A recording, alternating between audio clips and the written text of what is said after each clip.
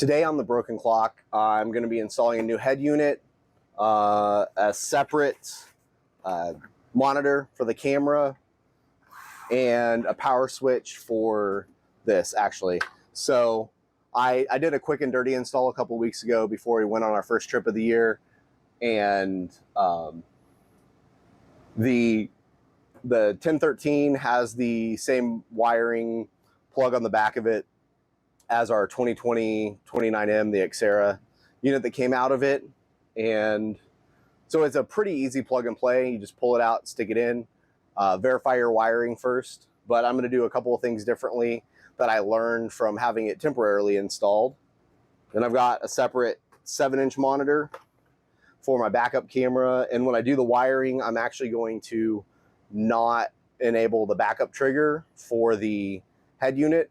I will still connect the camera, but I will use that as a manual feature and use this as my primary backup. I'm also going to be installing a power switch for this unit. So I emailed Jensen because I was unhappy that when it goes into standby mode, when you hold the power button down, it's still broadcasting its wireless SSID and Bluetooth. And so anytime I come back, my Bluetooth automatically connects to it. It's kind of bright at night because the screen backlight is still on, even though it's black. And so their suggestion was to wire it to the ignition power. I'm not going to worry about that this time around. I'm going to install a power switch so I can actually just turn the unit on and off when not in use. These are posi taps. These are my preferred connection for doing some additional wiring. So I plan to add this onto the switch 12 volts for the 12 volt power outlet or cigarette lighter outlet, whatever you want to call it. And then I'm going to make things harder on myself too, because like I said, it's just a plug and play. I'm going to take the Jensen wiring harness and put a new power plug on it. And that way I can pull all the factory Xera pieces out. And so that unit will also be complete with a wiring harness. Like I said, this is as off as the Jensen head unit gets. Its backlight is on, and it still connects to Bluetooth when I come back to the vehicle, things like that. It's got little stops to keep it from sliding back in, but there's nothing really to keep it from sliding out. So I put some electrical tape on it, and that worked surprisingly well. I'm actually going to do a quick reinstall of the Xera and all the factory components and basically run through and install from scratch. So this is about the easiest install, just because the wiring matches up. Like I said, take the screen off, take the little trim ring off, and then it's got spring tension clip on each side. So you can either use a radio removal tool like these, or these may be a little thick, but the metal ones are a little thinner. You jam them down there on either side, press the spring clip. That's actually how I did it before, because I didn't have the radio removal tools. Then when you pull it out, really, you'll just transfer your connections. So you've got your satellite antenna here. You got your radio power connections here.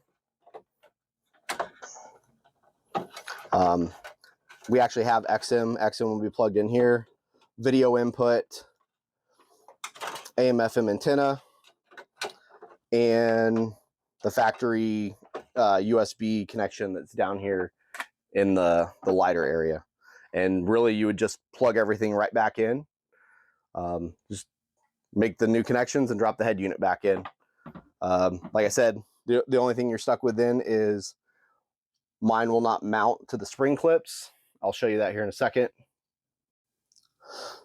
So this is what I'm talking about with the spring clips that hold each side of it that you want to push back, and the Jensen unit doesn't clip into those. So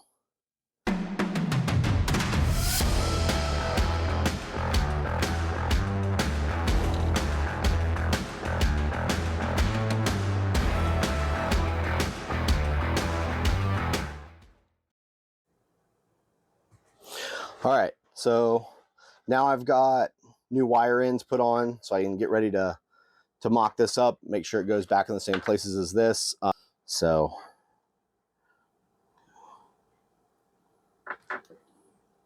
give them a little tug, make sure they're not going to pop back out.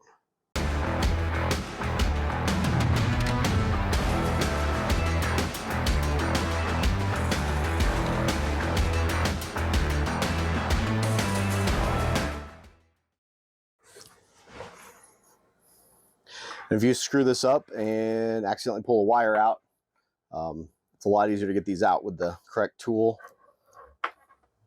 to pull them. So now I'll need to crimp a new end onto this. So I finished the wiring for the head unit. I drilled a 1/2 inch hole through this and installed my power button. You see that runs back into here. And then I also grounded my brake trigger back to the chassis. It's just a ground. And so that way I don't actually have to put on the brake to access any of the brake functions. Made sure my unused connections were taped up. And I'm gonna go put this back in here in a minute. So I'm gonna go ahead and use my Posi Tap connector.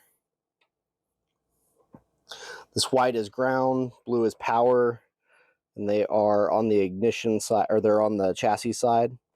So when I get ready to back out and I forget to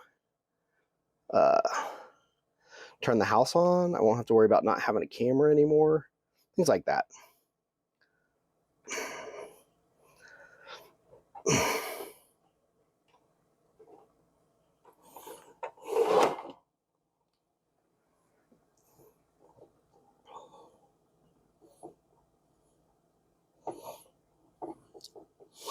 So the nice thing about these, they don't cut the wire like a T-tap does. It's designed, if I can get it to focus, it's a really fine little point, and it pokes through the jacket, a wiring jacket, and creates a connection to the wires that way. So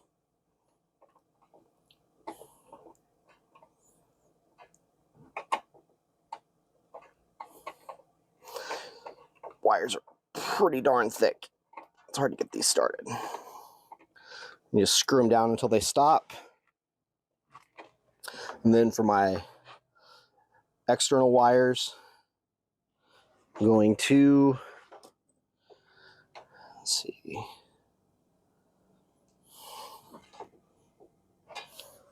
I'm gonna connect the power side first. Oh, and it goes without saying, make sure that you unhook your chassis battery before you do this.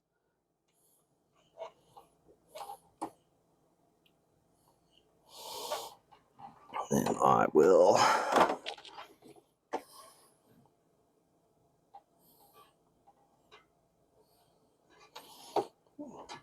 so you can see what I'm doing down here. Stuff that stripped wire down in there, and you just turn it, tighten it all the way down. It'll squeeze on the sheathing for the wire. All right, great. All right. So before I button everything up, I'm doing a test real quick, make sure it's working. Turn the power on.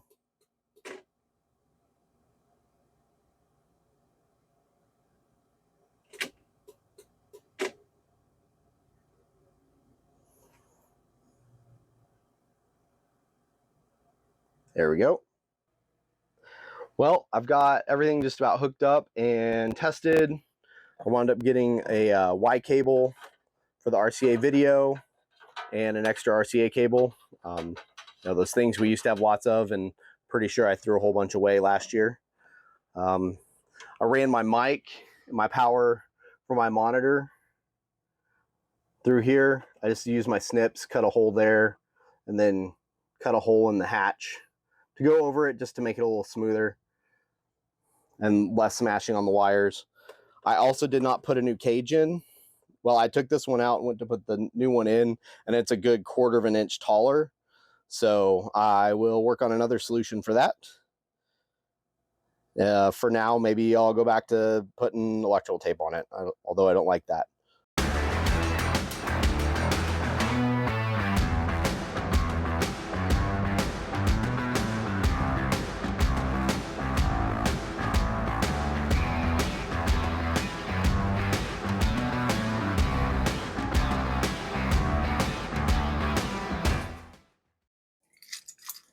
All right, so now I've got all of this set up. So let's see here. Turn the RV on. Turn my backup screen on, which would be nice because then I don't have to remember to turn the house on. Then I'm going to turn head unit on. So I have the switch mounted right down there. And then I also ran the USB cables. I took out the USB extension, the factory head unit, and just ran the 2 cables out through that spot. So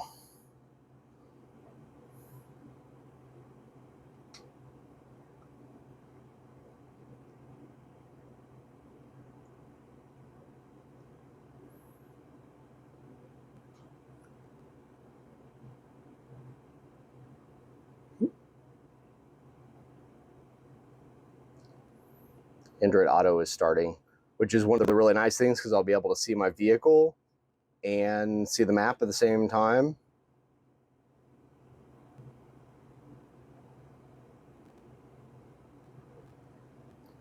So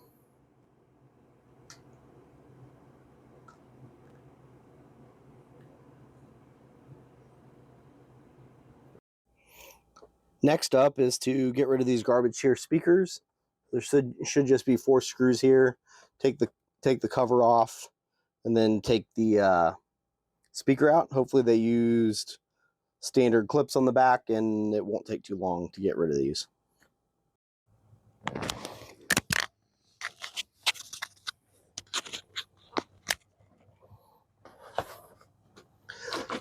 So this is pretty straightforward. There's 4. Oh, these are Phillips head, all of them. Or maybe they are square head. So there's 4 screws, and that's all that's holding this grill and the speaker in. I pull it out. I use the screws that came with the speaker to hold it back into place in these spots, and then I use these the screws that I took out of here, and I put them back in through the new speaker grill. Well, that was unexpected. I didn't realize those 2 screws were going to be holding this to the wall here.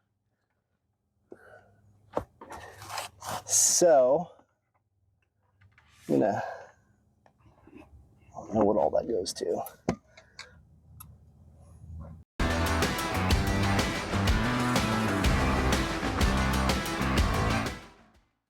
First I'm gonna take this off.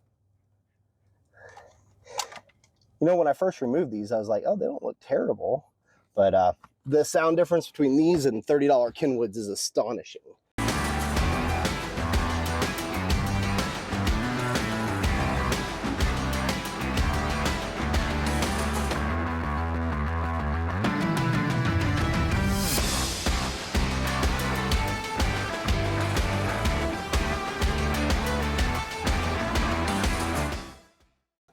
So I've got everything hooked up, ready to go, tested. I'm still figuring out how I'm going to secure the radio into the dash. I emailed Jensen about it. Generally, there's a trim ring or something. If they don't have anything, I'll probably pull it back out in that empty space where the radio is stacked on top of the spacer. I'll just put a couple of screws in through the side and call it a day. It won't come out then.